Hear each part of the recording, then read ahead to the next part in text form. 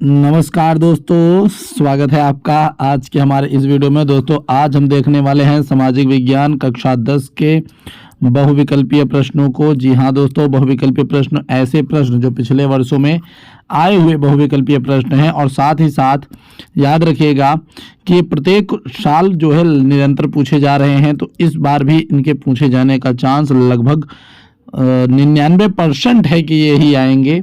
मैं गारंटी से कहता हूं कि इसके अंदर मैंने आपको 60 क्वेश्चन बता रखे हैं। कितने? 60 क्वेश्चन। और अगर आपने इसे देख लिया तो ये मान लीजिएगा कि कई क्वेश्चन बैंक आपको पढ़ने ही नहीं पड़ेंगे। ठीक, बहुविकल्पीय प्रश्न यानी OMR शीट के जितने आपको प्रश्न हैं आपको इसमें मिल जाएंगे। ये कह सकता हूं दोस्तों कि ये संपूर्ण रूप से क्वेश्चन बैंक का निचोड़ हो सकता है। ठीक, हाँ बिल्कुल, क्योंकि हमने इतना खोज के इन सवालों को एकत्रित किया है कि आप मजा पा जाएंगे गुरु। तो याद रखिए, अब शुरू करते हैं वीडियो को। तो सबसे पहले देखेंगे हम इसमें क्या है कि फ्रांस में गणतंत्र की घोषणा किस वर्ष हुई थी। तो याद रखेंगे 1848 में, यानी जो फ्रांस थी वहां पे गणतंत्र की जो घोषणा हुई थी वो 1848 ईस्वी में हुई थी। ठीक बच्चों, अब आगे देखते हैं। अगला है हमारा कि यंग इटली सोसाइटी का संस्थापक कौन था। तो भैया मेट्सनी या मेजनी के नाम से इनको जाना जाता है। याद रखिएगा, ये एक दार्शनिक भी थे। तो यंग इटली के सोसाइटी का जो है संस्थापक इन्हें ही बोला गया उस टाइम पर। ध्यान रखिएगा इस बात को। ठीक बच्चों, तो चलिए आगे देखते हैं। अब आगे आ जाता है दोस्तों क्या कि जब फ्रांस छींकता है तो बाकी यूरोप को क्या हो जाता है? सर्दी और जुकाम हो जाता है। किसने कहा? तो याद रखिएगा चांसलर ड्यूक मेटरनिख ने कहा था ये बात। ठीक, तो ये मेटरनिख ने ये बात कही कि जब फ्रांस छींकता है तो बाकी यूरोप को क्या हो जाता है? सर्दी जुकाम हो जाता है। ठीक, अब ध्यान दीजिए आगे कि चौथा नंबर आपका आ जाता है कि फ्रांस की क्रांति कब हुई थी। तो फ्रांस की क्रांति 1789 ईस्वी में हुई थी। इस बात को हमें ध्यान रखना है, एकदम कोई शक कोई समस्या नहीं। आगे देखते हैं।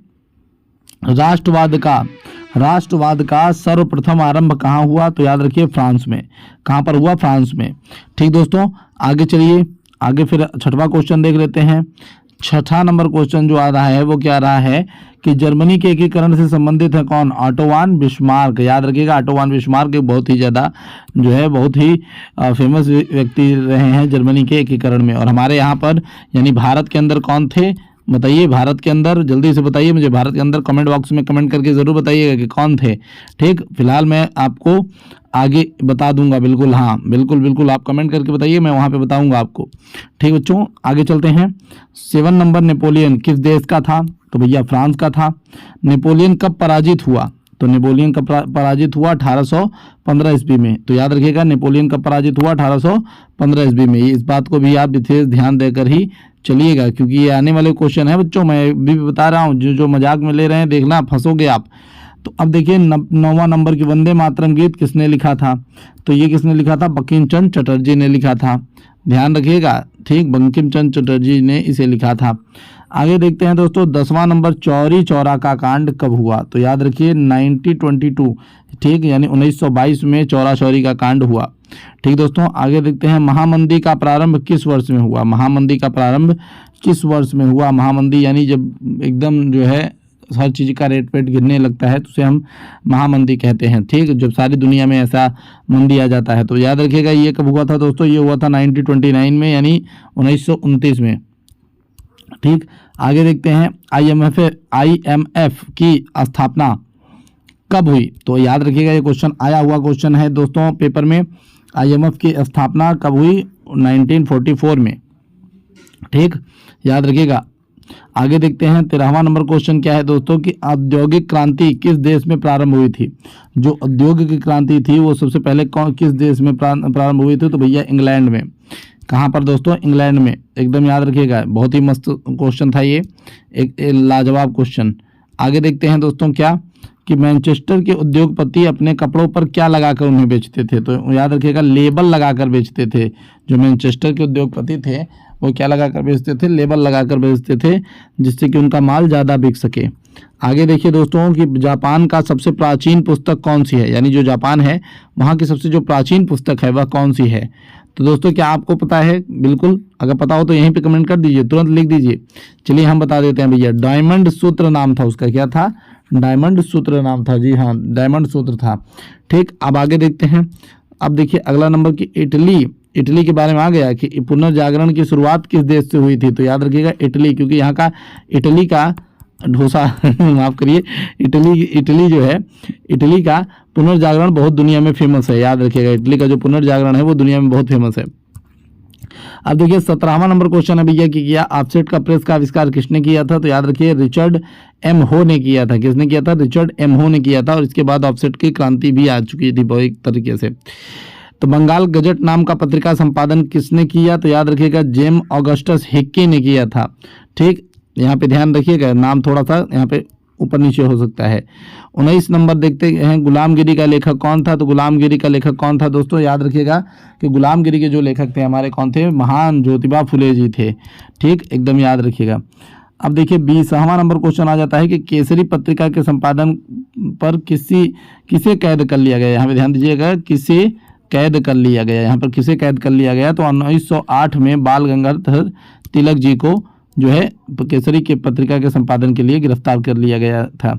अब आगे देखते हैं, कपास की खेती किस मिट्टी में की जाती है? तो याद रखिएगा काली मिट्टी में। ठीक, अब याद रखिए, अगर आपको नहीं याद हो तो भैया एक बात याद रखिए, मैंने ट्रिक जो है बहुत से ट्रिक पढ़ा के रखे हैं और आशा करता हूं कि आपको ट्रिक जो है वीडियो मिलेगा। वहाँ पे मैंने आपको बताया है काली मैया 36 रुपये, काली मैया 36 रुपये, यानी काली मिट्टी जो है आपकी महाराष्ट्र और छत्तीसगढ़ में देखने को मिलती है।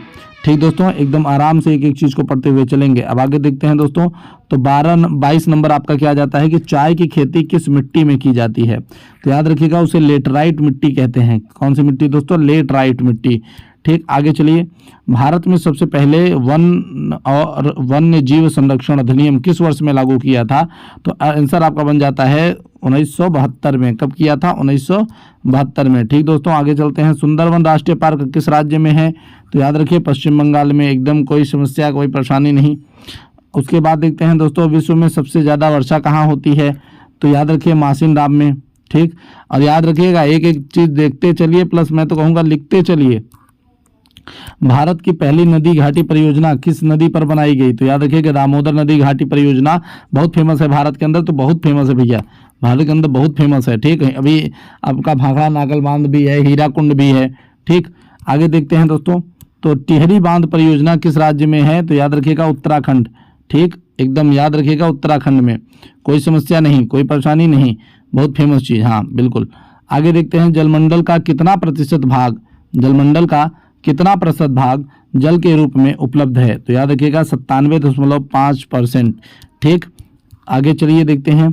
अब आ जाता है, कभी कभी आपको पूछ सकता है कि रबी की फसल कौन सी है? तो इसके लिए आपको मैंने यहाँ पे सारा का सारा दे दिया कि गेहूँ, जौ, चन्ना, सरसों, मटर, बरसीम, रिजका, हरा चारा, मसूर, आलू, राई, तंबाकू, लाही, जई, अलसी और सूरजमुखी, ये प्रमुख रबी की फसलें हैं। ठीक दोस्तों, याद रखिएगा। आगे देखते हैं, जायद की फसलें कौन कौन सी होती हैं? तो याद रखिए तरबूज, खीरा, खरबूजा, ककड़ी, मूंग, उड़द, सूरजमुखी इत्यादि। ठीक, एकदम ठीक। अब देखिए खरीफ की फसल के नाम ले लेते हैं। तो खरीफ की फसल में क्या है? कपास, मूंगफली, धान, बजरा, मक्का, शकरकंद, उर्द, मूंग, मोठ, लोबिया, चंवला, ज्वार, अरहर, ढैंचा, गन्ना, सोयाबीन, भिंडी, तिल, गंवार, जूट, सनई आदि। ठीक, ये सब क्या है? खरीफ की फसलें हैं। अब देखिए दोस्तों, याद रखिए क्या जाता है कि कर्तन दहन कृषि या झूम कृषि किस राज्य में पाई जाती है? एक बहुत ही मस्त क्वेश्चन है, याद रखिएगा। यह मिजोरम में पाई जाती है। कहाँ पाई जाती है दोस्तों? मिजोरम में पाई जाती है। अब आगे देखिए, ऊर्जा के जो परंपरागत स्रोत हैं वो कौन से हैं? तो जलावन, उपले, कोयला, पेट्रोलियम, प्राकृतिक गैस और बिजली, ये हमारे ऊर्जा के परंपरागत स्रोत हैं। ठीक, और गैर परंपरागत स्रोत कौन से हैं देख लेते हैं इसे भी। तो याद रखिएगा सौर ऊर्जा, पवन ऊर्जा, ज्वारी ऊर्जा, बायोगैस और परमाणु ऊर्जा, ये हमारे ऊर्जा के गैर परंपरागत स्रोत हैं दोस्तों। ठीक, आगे चलते हैं, भारत का सबसे लंबा राष्ट्रीय राजमार्ग कौन सा है? तो याद रखिएगा NH44 है। ठीक, आगे देखते हैं, बेल्जियम की राजधानी क्या है? तो बेल्जियम की जो राजधानी होती है वो क्या है? ब्रुसेल्स है। क्या है? ब्रुसेल्स है। ठीक दोस्तों, श्रीलंका में बहुसंख्यक वर्ग में कौन है? सिंहली हैं। अभी आपने कुछ दिन पहले देखा भी था कि श्रीलंका में एक गृह युद्ध मच गया था भाषा के आधार पर। विभिन्न स्तरों पर सट्टा का बंटवारा क्या कहलाता है? यानी सत्ता नहीं दोस्तों, यहाँ पर सत्ता है, याद रखिएगा। विभिन्न विभिन्न स्तरों पर सत्ता का बंटवारा क्या कहलाता है? तो इसे हम संघीय सरकार कहते हैं। ठीक दोस्तों, याद रखिएगा। 39 नंबर देखते हैं दोस्तों कि संविधान के 8वीं अनुसूची में कुल कितनी भाषाएं हैं? तो ध्यान दीजिएगा दोस्तों, 22 भाषाएं। कितनी दोस्तों? 22 भाषाएं जो संविधान के 8वीं अनुसूची में हैं। ठीक दोस्तों, याद रखिएगा इसे। अब देख लेते हैं 40वां नंबर क्वेश्चन कि भारत में पंचायती राज की स्थापना किस वर्ष में हुई? तो याद रखिएगा ये हुई थी 1992 में। उसके बाद देखते हैं 41वां नंबर क्वेश्चन है कि भारतीय संघ में कितने राज्य हैं? तो याद रखिएगा भारतीय संघ में 28 राज्य हैं। फिर बात कर लेते हैं भारत में केंद्र शासित राज्य कितने हैं? तो याद रखिएगा भारत में केंद्र शासित जो राज्यों की संख्या है वो 8 है। कितनी है दोस्तों? 8 है। आगे देखिए, धर्मनिरपेक्ष राज्य में सभी धर्म को एक समान समझा जा सकता है। ये याद रखिएगा, ये आपको मैंने यहाँ पे सीधा सीधा पॉइंट दे दिया कि जो धर्मनिरपेक्ष राज्य होते हैं वहीं सभी धर्मों को एक समान समझा जाता है, एक समान उन्हें एक तरीके से जो है ट्रीट किया जाता है। बहुजन समाज पार्टी के संस्थापक कौन रहे? तो याद रखिएगा कांसीराम। ठीक, बहुजन समाजवादी यानी बसपा, याद रखिएगा बसपा। तो बसपा का जो संस्थापक थे वो कौन थे? कांसीराम जी थे। अब आगे देखते हैं भारतीय राष्ट्रीय कांग्रेस की स्थापना किस वर्ष में हुई थी? तो याद रखिएगा 1885 में, और A.O. ह्यूम जी ने इनकी जो है स्थापना करी थी। आगे देखते हैं दोस्तों 46 नंबर का जो हमारा क्वेश्चन है भैया, क्या है कि मानवाधिकार दिवस कब मनाया जाता है? यानी जो मानवाधिकार दिवस है वो कब मनाया जाता है? तो याद रखिएगा 10 दिसंबर को ये मनाया जाता है दोस्तों। ठीक, अब देख लेते हैं 47 नंबर क्वेश्चन, भारत में मताधिकार की आयु क्या है? तो कितनी है दोस्तों? 18 वर्ष। यानी भारत में जो है 18 वर्ष के ऊपर के लोग वोट कर सकते हैं। ये आपको यहाँ पे पढ़ाया गया। किस राज्य के प्रति व्यक्ति आय सर्वाधिक है? यानी किस राज्य में सबसे ज्यादा जो है लोग कमाते हैं, वहाँ की प्रति आय व्यक्तियों की जो संख्या है वो बहुत ज्यादा है। तो याद रखिएगा हरियाणा है। क्या है? हरियाणा है। ध्यान दीजिएगा। शिशु मृत्यु अनुपात का अनुपात निकाला जाता है कितने बच्चों पर? 1000 जीवित बच्चों पर। याद रखिएगा 1000 जीवित बच्चों पर ही शिशु मृत्यु का अनुपात निकाला जाता है। अब देखिए मनरेगा किस वर्ष चलाई गई? तो याद रखिएगा मनरेगा आपका 2005। कितना दोस्तों? 2005 में चलाई गई। 2005 से ही चलाई गई, याद रखिएगा इसे। जीडीपी से क्या अर्थ है? तो याद रखिए सकल घरेलू उत्पाद।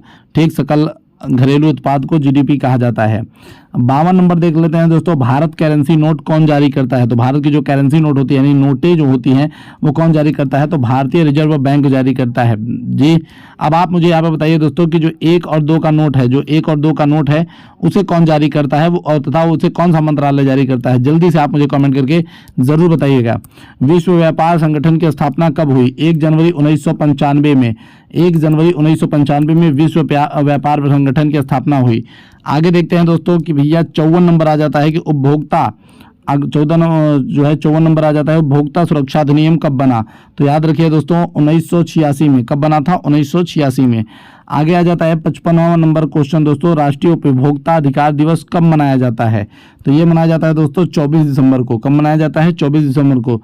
ठीक, एकदम आराम से देखिए 56 नंबर क्वेश्चन हम देख लेते हैं कि सूचना पाने का अधिकार अधिनियम कब पारित हुआ? यानी जो सूचना का अधिकार है वो कब पारित हुआ? अक्टूबर 2005 में। ठीक दोस्तों, एकदम आराम से देखिए 57 नंबर आ जाता है कि एक मार्क किन वस्तुओं के लिए प्रमाणित चिन्ह है? जो एक मार्क लगा होता है, हमने एक मार्क देखा होगा, वो किसके लिए है? तो खाने पीने वाली वस्तुओं यानी खाद्य पदार्थों के लिए है। किसके लिए दोस्तों?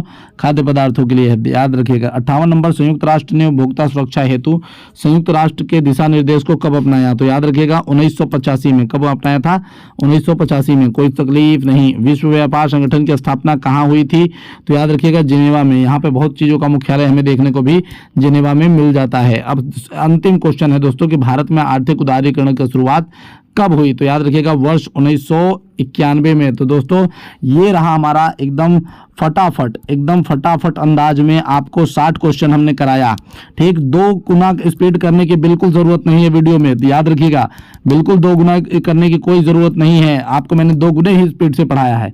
एकदम आराम से देखिए और चैनल को लाइक सब्सक्राइब जरूर करिए। लाइक और सब्सक्राइब आपका कमेंट यानी SLC जरूर करिए। आपके ही इसी कमेंट और लाइक से हम और प्रेरणा पाएंगे, आपके लिए और अच्छे कॉन्टेंट लाएंगे। जितना आप हमें सब्सक्राइब करेंगे उतना हम आपके लिए बेहतरीन लाएंगे और आपको 1 नंबर का जो है हम बना के ही छोड़ेंगे। मिलेंगे अगली वीडियो में, तब तक के लिए जय हिंद, जय भारत।